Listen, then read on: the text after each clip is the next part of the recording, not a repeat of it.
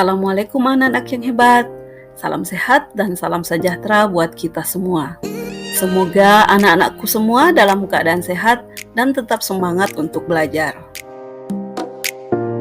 Nah, pada video sebelumnya kita sudah belajar tentang tingkatan hierarki kehidupan yang dimulai dari unit terkecil dari suatu organisme, yaitu sel. Lalu ada jaringan, organ, sistem organ, dan organisme. Nah, di video ini kita akan mempelajari tingkatan hierarki selanjutnya, yaitu jaringan.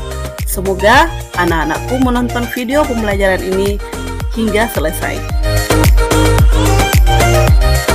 Tujuan pembelajaran yang akan dicapai setelah mempelajari materi ini yaitu anak-anakku dapat menjelaskan pengertian jaringan dan dapat membedakan antara jaringan tumbuhan dan jaringan hewan. Nah, anak-anakku, sebelumnya kita sudah mengetahui bahwa setiap sel suatu organisme memiliki ukuran yang bervariasi. Ukuran sel mencerminkan fungsi yang dilakukan sel yang bersangkutan. Setiap sel bergantung kepada sel yang lain, membentuk kerjasama dan interaksi di antara sel. Hal ini menyebabkan organisme dapat mempertahankan hidupnya. Nah, sel-sel yang mempunyai fungsi dan bentuk yang sama akan berkelompok membentuk suatu jaringan.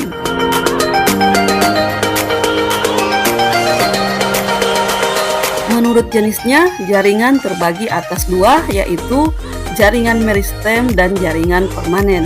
Jaringan meristem yaitu jaringan yang sel-selnya terus membelah menghasilkan jaringan yang lain. Sedangkan jaringan permanen adalah jaringan yang berasal dari jaringan meristem yang sel-selnya sudah tidak dapat membelah lagi untuk membentuk jaringan lain. Nah, pada slide ini kita lihat jaringan pada tumbuhan, yaitu ada jaringan epidermis.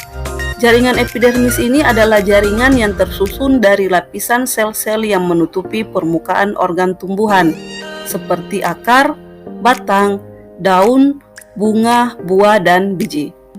Kemudian yang kedua ada jaringan meristem. Jaringan yang selalu muda karena sel-selnya selalu membelah. Misalnya pada embrio, ujung akar, batang, dan kambium. Ketiga ada jaringan pengangkut. Jaringan pengangkut ini terdiri dari xilem dan floem. Xilem berfungsi mengangkut air dan garam mineral dari akar ke daun, sedangkan floem berfungsi mengangkut hasil fotosintesis dari daun ke seluruh tubuh.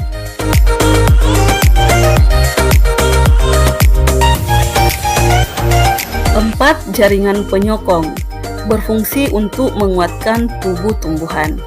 Sel-sel dindingnya menebal dan keras, misalnya pada kulit biji. Jaringan penyokong terdiri dari kolenkin dan sklerenkin.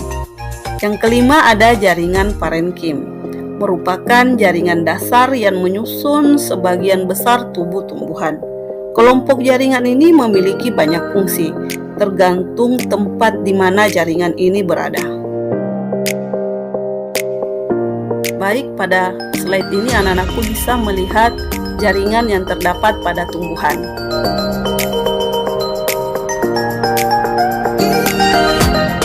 Selanjutnya kita lihat jaringan pada hewan. Ada jaringan epitel.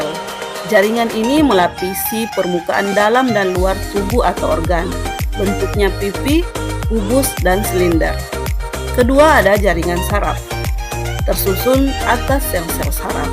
Jaringan saraf ini berfungsi untuk mengatur aktivitas otot dan organ serta menerima dan meneruskan rangsangan.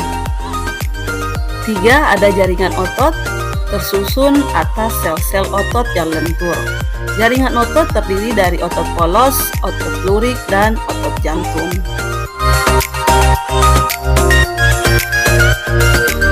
Selanjutnya ada jaringan ikat. Jaringan ini berfungsi menghubungkan bagian tubuh yang satu dengan bagian tubuh yang lainnya, misalnya ligamen dan tendon.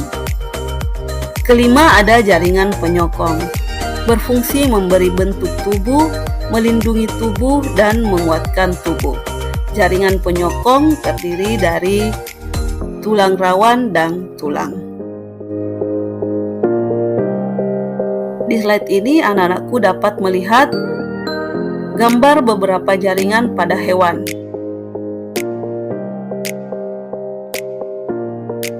Dan ini adalah gambar jaringan pada manusia. Pada tabel ini anak-anakku dapat melihat beberapa jaringan hewan serta fungsinya.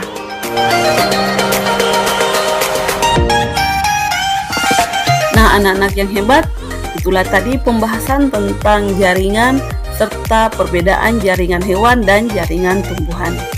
Terima kasih sudah belajar bersama Ibu.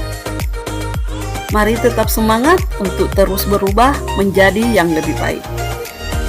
Sampai berjumpa pada video selanjutnya. Salam sehat, salam bahagia, salam juara. Assalamualaikum warahmatullahi wabarakatuh.